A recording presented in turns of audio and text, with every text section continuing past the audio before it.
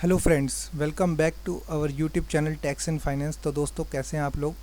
दोस्तों, आज इस वीडियो में हम बात करने वाले हैं फॉर्म 10E के बारे में।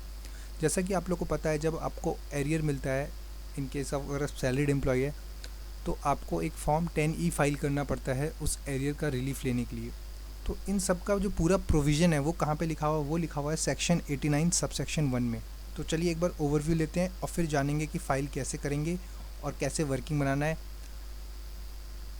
तो दोस्तों, वीडियो शुरू करते हैं। वीडियो शुरू करने से पहले अगर आपने हमारा चैनल सब्सक्राइब नहीं किया तो आप हमारे चैनल को सब्सक्राइब कर सकते हैं। इस पर हम इनकम टैक्स और जीएसटी रिलेटेड वीडियोस अपलोड करते रहते हैं। तो चलिए स्टार्ट करते हैं। दोस्तों, आप जैसे देख सकते हैं यहाँ पे क्या लिखा है, section 89(1) of income tax act offers relief from receipt of past income in current year. जो आपको पास्ट इनकम, एरियर क्या होता है, पास्ट इनकम है, तो वो आपको पास्ट में जो मिलना चाहिए था वो आपको करेंट ईयर में मिला। तो करंट ईयर में मिलने की वजह से हायर रेट पे वो टैक्स लग गया, क्योंकि टैक्सेशन लॉज जो है वो तो चेंज होते रहता है, ठीक है।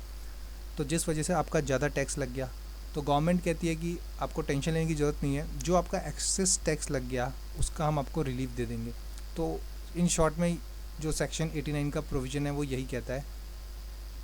इन सिंपल वर्ड्स भी आप देख सकते हैं, you are save from paying more tax because of delay in payment to you. आपको पेमेंट डिले मिला है तो इसमें आपका कोई फॉल्ट तो है नहीं, लेकिन उस पर टैक्स लग गया, वो तो गलत है ना। तो उसलिए गवर्नमेंट कहता है ठीक है, हम आपको रिलीफ दे देंगे उसके लिए। तो रिलीफ देने के लिए दोस्तों फॉर्म 10E फाइल करना ज़रूरी है। पहले तो ये होता था कि आप 10E फाइल नहीं किया आपने और ITR सबमिट कर देते थे और बाद में फिर नोटिस या फिर आपको रिफ़ंड नहीं मिलता था। बट अब गवर्नमेंट ने क्या किया, जब आप अगर 10E में फिगर रिलीफ क्लेम कर रहे हैं तो पहले आपको 10E फाइल करना ज़रूरी है, अदरवाइज़ वो आप इस साल का ITR जो है वो फाइल नहीं कर सकते, ठीक है। तो चलिए स्टार्ट करते हैं। सबसे पहले मैंने एक एक्सेल में वर्किंग बना लिया है, आपको मैं दिखाता हूँ। दोस्तों देखिए, 1 साल 2 साल का एरियर तो आप लोग इजीली वर्किंग कर लेते हैं। दिक्कत जब आता है जब 7 साल 8 साल का आपको एरियर मिला है, तो कैसे वर्किंग बनाना है, कैसे एरियर रिलीफ निकालना है। रिलीफ निकालना सबसे इंपॉर्टेंट है ना, क्योंकि अल्टीमेट तो हमें रिलीफ का ही फिगर चाहिए जो ITR में डालना है। तो दोस्तों आप देख सकते हैं, सबसे पहला कॉलम जो मैंने यहाँ पे डाला है वो है असेसमेंट ईयर। ये आपको ज़रूरी नहीं है, क्योंकि जब आप फॉर्म 10 ही भरेंगे तो वहाँ पे प्रीवियस ईयर बोला जा रहा है। एक ये यहीं पे सिर्फ प्रीवियस ईयर को इंपॉर्टेंस है, नहीं तो इनकम टैक्स में हर जगह असेसमेंट ईयर ही फॉलो किया जाता है, ठीक है। तो प्रीवियस ईयर आप ज़रूर लिख लें, जिससे आपको कन्फ्यूज़न ना हो। फिर मैंने अगला नेक्स्ट कॉलम जो लिया है वो है टोटल इनकम। दोस्तों, ये टोटल इनकम का कॉलम मैं बताऊँ इसमें क्या है। ये टोटल इनकम का कॉलम बनाने के लिए मैंने क्या किया, पास्ट जितने भी साल के थे, ठीक है, जैसे कि 8 साल का है तो ये 8 साल का मैंने ITR निकाला। इन ITR का मैंने टोटल इनकम उठा लिया, ठीक है। आपको क्या करना है, टोटल इनकम उठाना है, ग्रॉस नहीं, क्योंकि ग्रॉस में डिडक्शन नहीं लेस होता है। तो आपको ग्रॉस के बाद वाला टोटल इनकम उठाना है, क्योंकि टोटल इनकम पे टैक्स लगता है। टोटल इनकम लेने के बाद आपको उस पर फिर टैक्स निकालना है। ये मैंने टैक्स का कॉलम उठा लिया। टैक्स का कॉलम दोस्तों, टैक्स कहाँ से लिखना है, टैक्स आपको उसी जो आपने ITR फाइल किया उसी में आपको उसी फॉर्म में मिल जाएगा आपको टैक्स भी। तो आपको नेक्स्ट ये टैक्स का कॉलम, टैक्स वाला कॉलम एक बना लेना है, ठीक है। देन मैंने क्या किया, एरियर डाला है। दोस्तों, ये एरियर जो कॉलम है ये मैंने फॉर्म 16 से डाला है, ठीक है। फॉर्म 16 जो आपको मिलता है उसमें आप देखेंगे लास्ट में एक बाइफर्केशन होता है, जो आपका सैलरी कंपोनेंट है। उस सैलरी कंपोनेंट में क्या क्या आपको एरियर भी मिला है, तो वो एरियर का पूरा ब्रेकअप होता है। तो ये मैंने वहाँ से ले लिया, ठीक है। अब दोस्तों क्या करना है आपको, इंक्लूडिंग एरियर। ये मैंने क्या किया, आप देख सकते हैं, टोटल इनकम प्लस एरियर, इन दोनों को मैंने ऐड कर लिया। तो इससे क्या हुआ, मेरा इंक्लूडिंग एरियर वाला जो सैलरी आ गया, ठीक है। दोनों को मिला के जो मेरा आता है वो। अब दोस्तों, इन दोनों को मिला के जो इस पर टैक्स बनता है, इस पर टैक्स जो बनता है वो है ये 84,455, ठीक है। तो दोस्तों, ये वाला टैक्स का कॉलम और जो ये वाला टैक्स कॉलम है, आई होप आपको समझ में आ गया दोनों में क्या डिफरेंस है।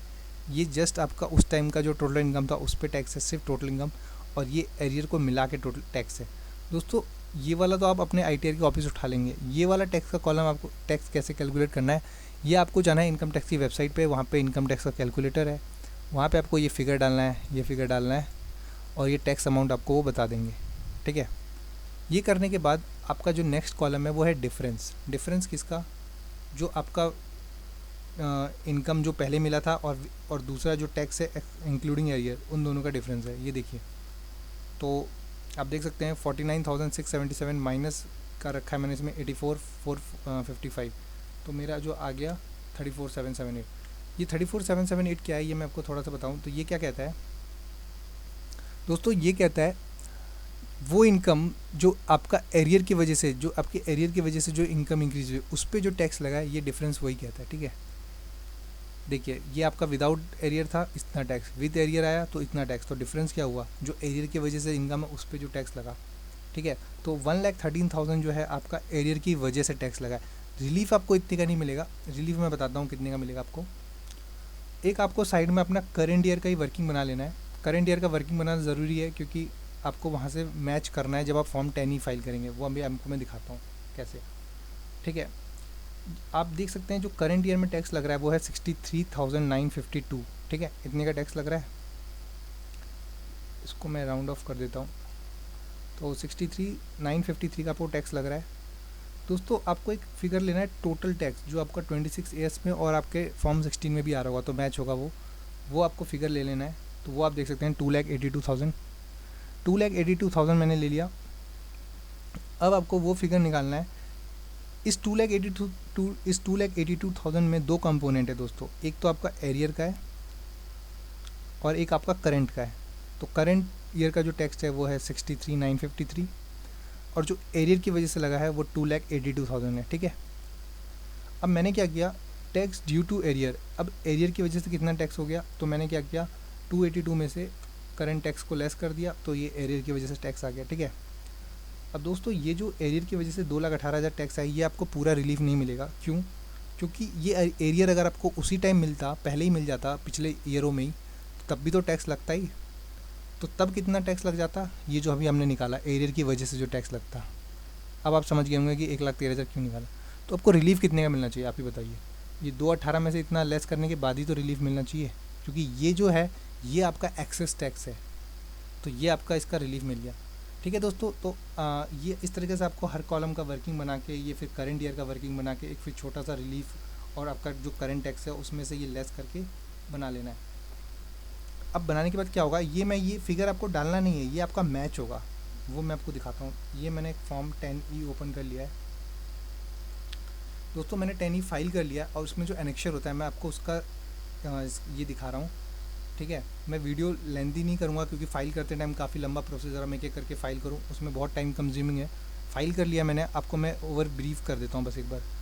आप देख सकते हैं ये एनेक्शर है एरियर सैलरी का फॉर्म 10E का। ठीक है, इसमें आप देख सकते हैं टोटल इनकम आ रहा है, टोटल इनकम आपका मैच करेगा। ठीक है, कहाँ से, करंट ईयर वाला, क्योंकि यहाँ पे देखिए क्या लिखा है, एक्सक्लूडिंग एरियर। ठीक है, फिर आप देख सकते हैं एरियर आपका जो है 784, ये आपका मैच करेगा यहाँ से 784। ठीक है, उसके बाद अब इन दोनों का टोटल आ गया 1529।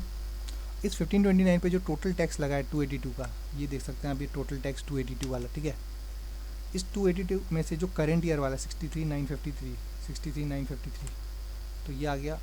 फिर देखिए दोस्तों, ये जो आपका 2,18,000 है जो आपका टैक्स लगा है एरियर की वजह से, 2,18,000।